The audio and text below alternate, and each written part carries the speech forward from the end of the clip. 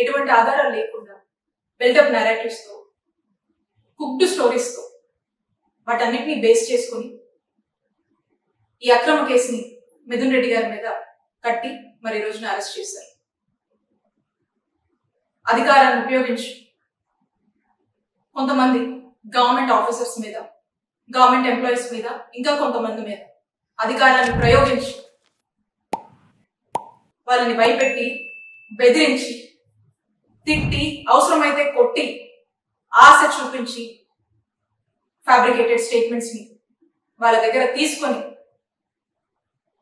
ఆ స్టేట్మెంట్స్ ని బేస్ చేసుకొని మిథున్ రెడ్డి గారిని అరెస్ట్ చేశారు. దీన్ని లిక్కర్ స్కామ్ అని పేరు పెట్టి senior retired IAS Dhananjaya Reddy గారిని, ఓఎస్డి కృష్ణమోహన్ రెడ్డి గారిని, చెవిరెడ్డి భాస్కర్ రెడ్డి గారిని, ఇప్పుడు మిథున్ రెడ్డి గారిని అరెస్ట్ చేశారు.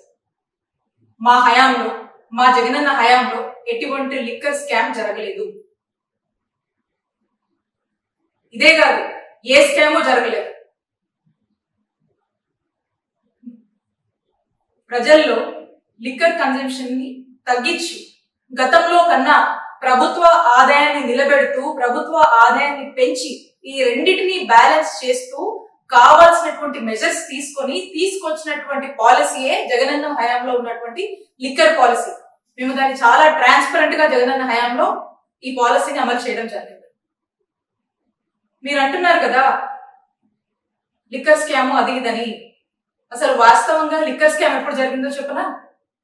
చంద్రబాబు నాయుడు గారి హయాంలో 2014 నుంచి 2019 వరకు మీరు తీసుకొచ్చినటువంటి లిక్కర్ పాలసీ రూల్స్ అన్ని డివేట్ అయ్యి ఏ విధంగా మీరు లిక్కర్ ని ఏ విధంగా మీరు ఎక్స్ప్లాయిట్ చేశారో అప్పుడు జరిగింది. దాన్ని స్కామ్ అంటారు. ఇప్పుడు మళ్ళా చంద్రబాబు నాయుడు గారి హయాంలో ఈ సంవత్సర కాలంగా మీరు తీసుకొచ్చినటువంటి లిక్కర్ పాలసీ, అలాగే ఏ విధంగా మీరు సిండికేట్లు ఏర్పాటు చేసి మీకు నచ్చిన వాళ్ళకి షాపులను ఇచ్చి నచ్చిన రేట్లకి అమ్ముకోవచ్చు అనేటువంటి ఒక ఫ్రీడమ్ ఇచ్చి ఆఖరికి లిక్కర్ ని డోర్ డెలివరీ దాకా కూడా తీసుకొచ్చి పెంచి పోషిస్తున్నారే, ఇది స్కామ్ అంటే. అప్పుడు ఇప్పుడు చంద్రబాబు నాయుడు గారి హయాంలో దీన్ని స్కామ్ అంటారు. వీళ్ళు స్కామ్ చేస్తూ మా జగనన్న హయాంలో లిక్కర్ స్కామ్ జరిగిందని మా వైఎస్ఆర్ కాంగ్రెస్ పార్టీ వాళ్ళని టార్గెట్ చేసి అక్రమంగా కేసులు పెట్టి, అక్రమంగా అరెస్ట్ చేసి, అక్రమంగా జైలు పాలు చేస్తా ఉన్నారు.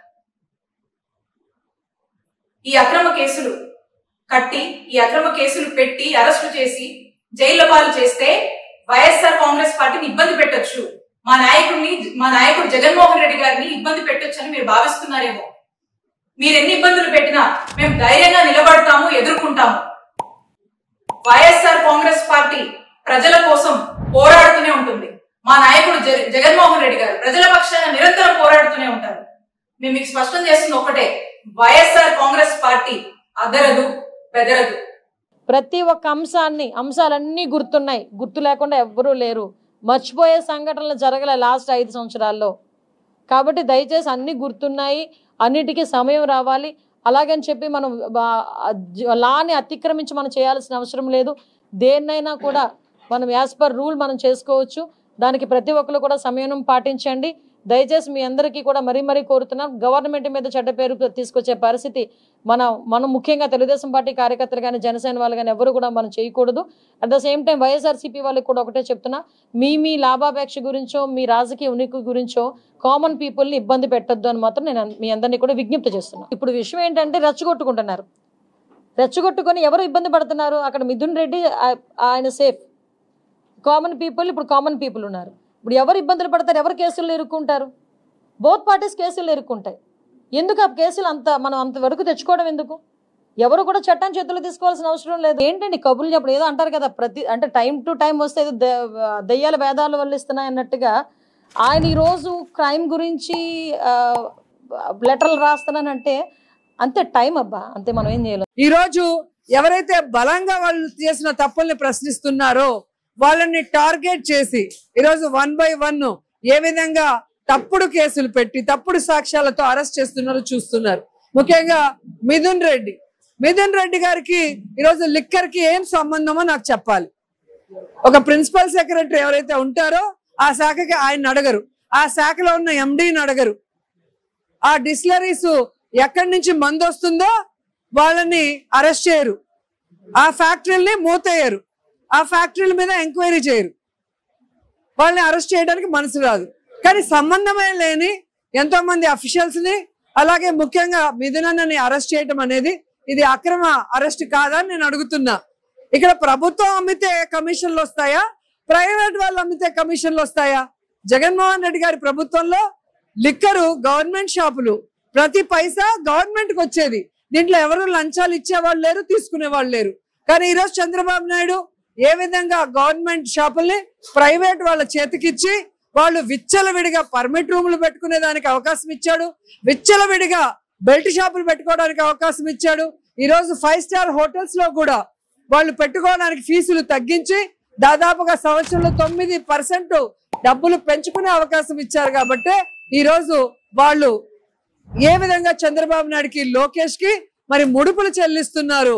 ఆ లిక్కర్ మాఫియాకి, లిక్కర్ సిండికేట్ కి ఈరోజు అనుగుణంగా చంద్రబాబు నాయుడు ప్రభుత్వం ఈరోజు లిక్కర్ పాలసీ తెచ్చింది. కాబట్టి వాళ్ళు ఈరోజు ఏ విధంగా డబ్బులు దండుకుంటున్నారో ప్రజలు గమనిస్తున్నారు. వీళ్ళు తప్పు చేసి వీళ్ళ మీద సిట్ ఎంక్వైరీ చేసుకొని వీళ్ళు జైలుకి పోవాలి.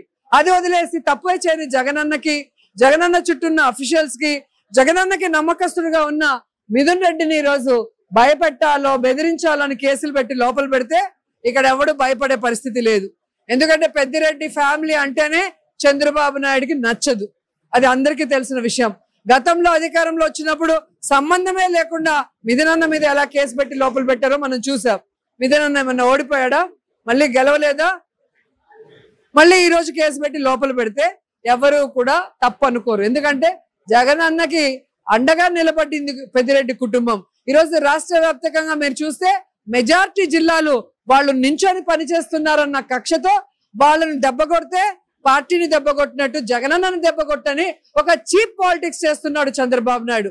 చంద్రబాబు నాయుడు తెలుసుకోవాల్సింది, ఎన్ని దెబ్బలు కొడితే అంత బౌన్సింగ్ లో పైకొచ్చి నిన్ను, నీ కూటమి ప్రభుత్వాన్ని కూకటి వేలతో సహా పెకిలించేస్తారు వైఎస్ఆర్ కాంగ్రెస్ పార్టీ కుటుంబ సభ్యులు, అలాగే ప్రజలు అన్న విషయం చంద్రబాబు నాయుడు, లోకేష్, పవన్ కళ్యాణ్ తెలుసుకోవాలని కూడా ఈ సందర్భంగా తెలియజేసుకుంటున్నా. అలాగే మగవాళ్ళు అయితే తప్పుడు కేసులు పెట్టి లోపల పెట్టొచ్చు, ఆడవాళ్ళు అయితే వాళ్ళ క్యారెక్టర్ల గురించి తప్పుగా మాట్లాడిచ్చచ్చు అనుకుంటున్నారేమో. ఈరోజు ఎవరిని వదిలిపెట్టాం. ఒక మహిళగా నా మీద వేసిన అభాండాల్ని, నన్ను చులకనగా మాట్లాడిన మీ భానుప్రకాష్ ని ఖచ్చితంగా వదిలిపెట్టే పరిస్థితి లేదు. మీరు కాదు, మిమ్మల్ని పుట్టించిన ఖర్జూరపు నాయుడు కూడా వాడిని కాపాడలేడని కూడా ఈ సందర్భంగా తెలియజేసుకుంటున్నాను.